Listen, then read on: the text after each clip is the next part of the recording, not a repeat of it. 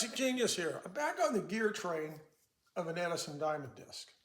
In the last video I said the spindle shaft goes in, then the governor goes in, then the tracking device goes in.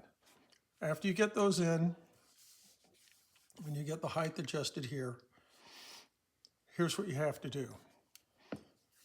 This is the governor shaft, and underneath it is a governor drive gear that's on the spindle shaft. So we'll flip this around. And if you can look, the spindle drive gear to the governor, which is right back there, it should be dead in line. See that? Okay. And you adjust that with the 2 screws and this set screw.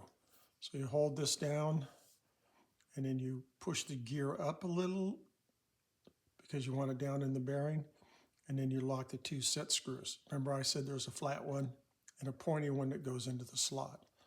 Once you get that in and adjusted, the governor's here. Then you can move the governor back and forth, but you really want this gear here that's on the governor shaft very much dead centered to the governor drive gear right here. So I come up dead center and it's right in the middle. After you get that adjusted, it'll spin like that. Then you put in the tracking gear train. This is where the thing on the horn, the rake, drives the horn. And you want this gear dead center to this gear, well centered to the spindle drive shaft right here. So everything's dead center. And then after that's done, you're going to do sewing machine oil here at the end of the governor, sewing machine oil here. You're going to put sewing machine oil here in the bearing for the spindle shaft, and then you can come atop and you put sewing machine oil here, and then on the governor, on the horn drive system, sewing machine oil here, sewing machine oil here. Then on the governor, you're going to put a little bit of graphite grease. And what I do is I spin the shaft while I do this because the grease moves this way. So I dab it over here to get it so it doesn't build up way over here like that. And then on this gear, we're going to use graphite also. And you see I have graphite in here. Just takes a little bit on this gear. And after you do all that, you give it a big spin,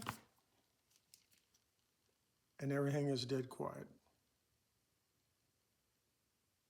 Stop. So there'll be literally no play in this. I just have a little pinch, and then right here I have a little bit of play, just very, very slight. When we took it apart, this had a lot of slop in it. I also had to de-rust this shaft because it was de-rusted. It was rusted. It was rusted, so I put it in evapor-rust and then cleaned everything up. And this is how you assemble it. Then I cleaned all this up with a little 320 sandpaper and got rid of the rust. So when it mounts into the casting like that, we'll be good to go. But that's what it takes to rebuild that part. That's why it's just one compartment, then it'll just bolt on to the motor. Next, I'm just going to go out and do the spring barrels because I have a lot of spring barrel videos, and that's my tip for the day.